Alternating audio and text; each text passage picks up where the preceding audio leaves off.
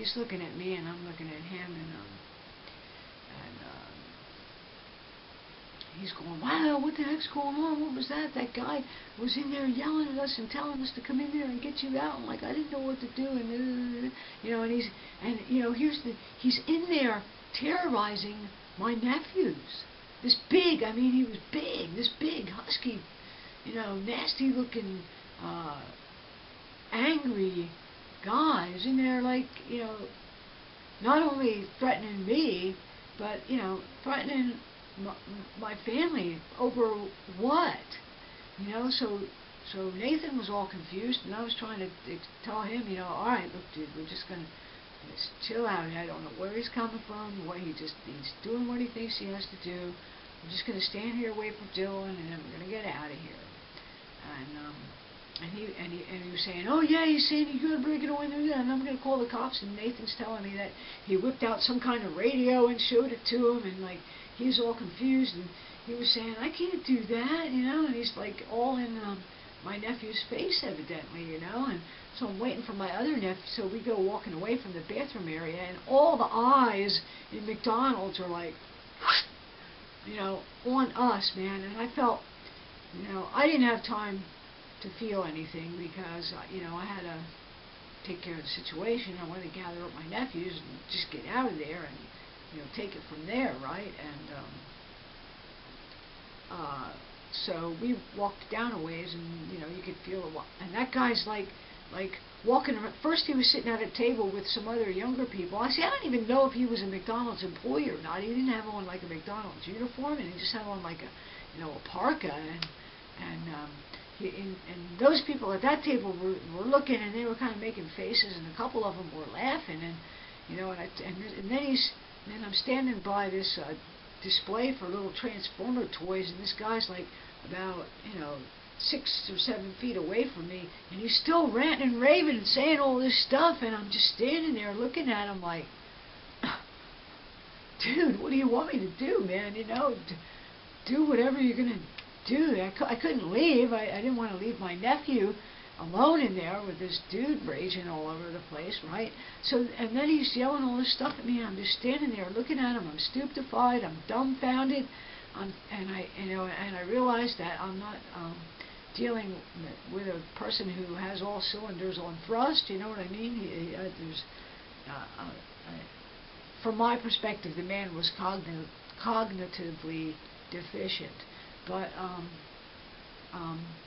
so, and then he's walking around to other tables, and he walks by us and goes back to this other part of the restaurant, and he's over there talking to these other people, and then he's over there like yelling, like he has to reaffirm or shore something up with these other people, like he's the defender of democracy or something, and they're still all looking at me, and everybody in the line's looking at me, and I'm trying to just like be low key, and I didn't really say a word because I'm not gonna evoke any confrontation.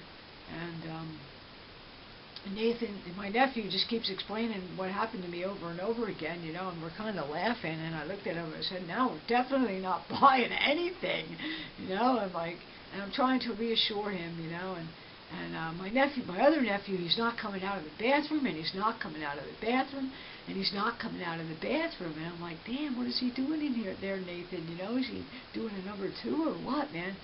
And I think he was either too embarrassed or afraid to come out.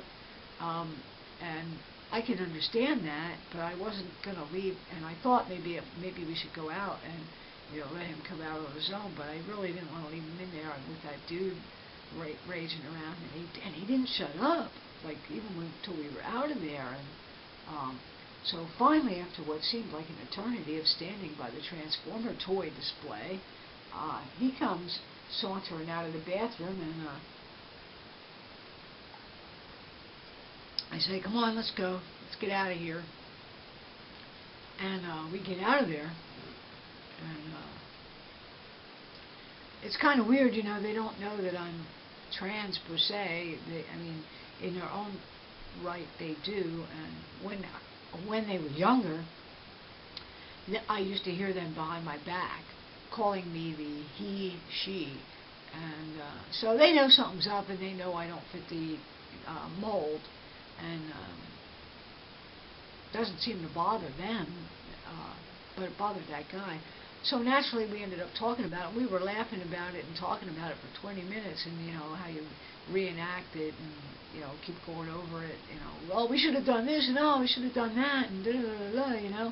So finally we get to the car and we're going, and we still have that conversation, and Nathan's in the back going, "Oh man, you should have done this, and da da da, and you should have shown him your driver's license." And so I tried to make the best of it and use it as a teaching moment, with them, without coming out as trans. But I was just telling them, you see, this guy, he was just doing what he thought it was right, probably, and he saw somebody that didn't fit into his mold, and and he felt compelled to do something about that, and there's not a lot I can do about that. I was trying to tell him about how people are really unbending, with their perceptions and stuff, and my brother's a lot like that, so I know that they've probably had conversations, with him, something on that order of, in other instances, because it's not just confined to the trans sphere that people are locked into their modalities, and anything that falls outside of it is, and I tried to tell him that he was probably operating on his own fear, and that he was the one who really had an issue there, because we weren't doing anything to that guy, and I think that, although they wouldn't admit it probably, I think that they were kind of scared, because this big booming guy came in the men's room and was like affronting him in there, so we had a really decent conversation about it, and I feel okay. And my nephew's in the back seat going, "Oh man, I'll have something to tell all the guys at school. Monday he's going," and I'm going, "Oh my God." It's a testimony to, say that they're cool about it, and he was going, and they wanted to stick up for me too, right? But they didn't know what to do, and in the face of this big man, they weren't going to take him on. They're just boys, and